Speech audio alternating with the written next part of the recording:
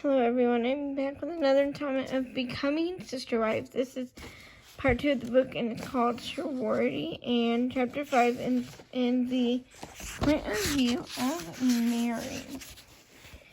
Like many women who choose plural marriage, I idolized the nature of sister wives. I was eager for my first sister wife to be my friend in addition to be married to my husband. I never wanted to be in a situation with the sister wife who didn't want to associate with the rest of the family. As I imagined it, it would be the most natural thing in the world for my sister wives and me to form instantaneous friendships. I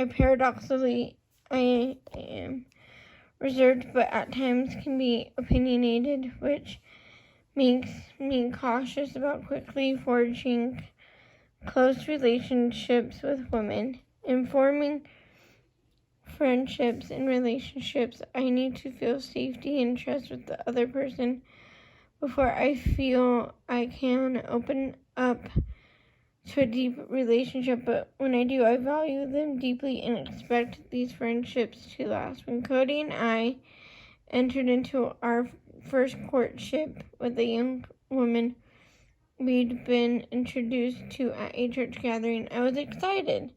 She and I became close friends right away. This was unusual for me, and I immediately took it as a sign that Cody and I were destined to marry her. This girl and I loved hanging out together and spent a lot of time on our own without Cody. As I thought we were on our way to achieving the sister wife ideal I'd always imagined. Though sometimes I got jealous of the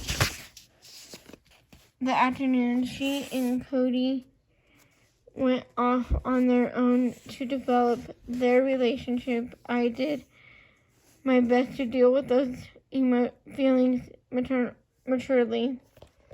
I felt comfortable that the three of us had a wonderful future together, and I was certain that while she would be a great wife to Cody, she would remain one of my best friends. But things didn't work out, and I was devastated when the courtship soured and she left. Back then, we were all so young. She was only 18, and Cody and I were in our first year of marriage. So we may have mistaken a crush for love. Nevertheless, I felt personally betrayed. I have lost one of my closest friends, a woman I imagined would have been a perfect sister wife. We managed to put our failed courtship behind us. Cody and I were still the fun-loving, goofy, wildly romantic couple we always been. But we felt that adding a wife to our family was something we needed to accomplish sooner rather than later in order to make good on our commitment to the principle of plural marriage. This was the promise we made to each other when we married. As much as we loved each other and had a wonderful, stable relationship, we knew that plural marriage was our destiny. I'm not sure when it became apparent for me that Janelle wanted to join our family. Of course, she had been married to my brother. I had known her for several years. We had a cordial relationship.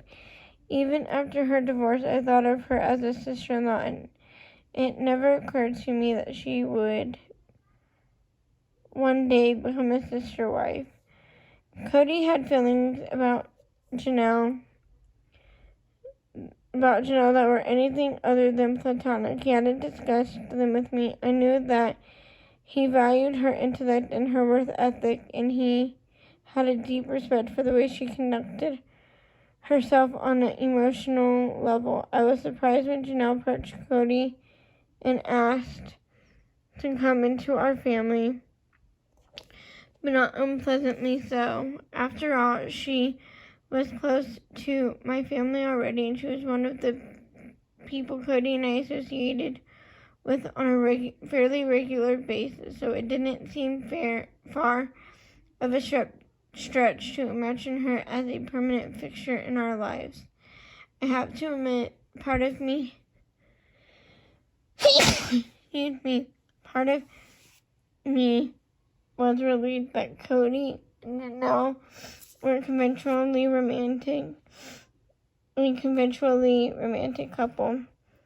I didn't feel that Janelle's presence in our lives in any way threatened the love Cody and I shared. Their bond was intellect, which made it easier for me to accept Janelle. If they had been one of those gushy, lovey-dovey couples who melt at the sight of each other, they had been the same kind of couple Cody and I were, I would have had a lot of more trouble making peace with the idea of her as a sister wife.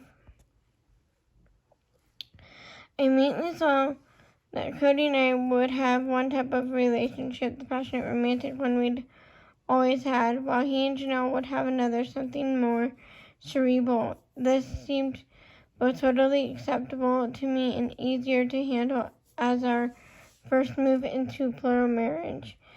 After nearly 3 years of monogamous marriage, I was ready for a sister wife. So I thought. I was ready for Cody. I was happy that Cody that he had found someone to satisfy his intellectual curiosity. And that I was happy for Janelle to have chosen and to have been chosen by such a wonderful man after her failed relationship with my brother. One thing that was difficult was the timing of Cody and Janelle's wedding. They planned it to take place on my birthday, thinking it wouldn't be a big deal. Looking back,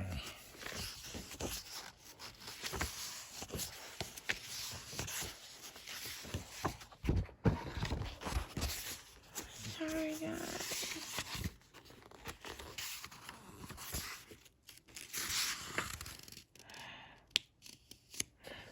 Janelle's wedding, they planned for it to take place on my birthday, thinking it wouldn't be a big deal.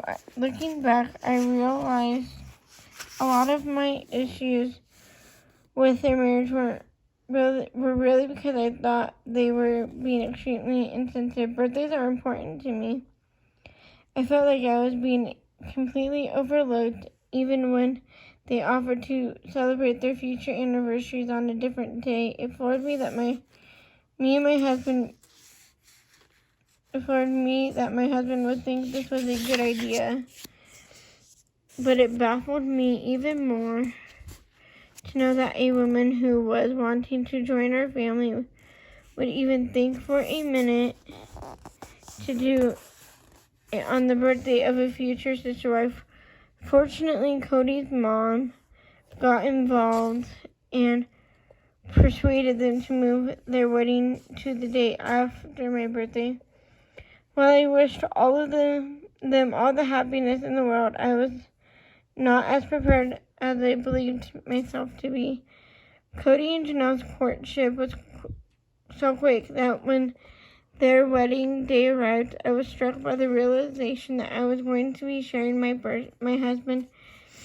It was harder than I thought it would be. No matter how much you are committed to the principle of plural marriage, the first time the reality hits you, it's a total shock. For 3 years, Cody and I had been practically inseparable, and now this was going to be a new person in our midst permanently.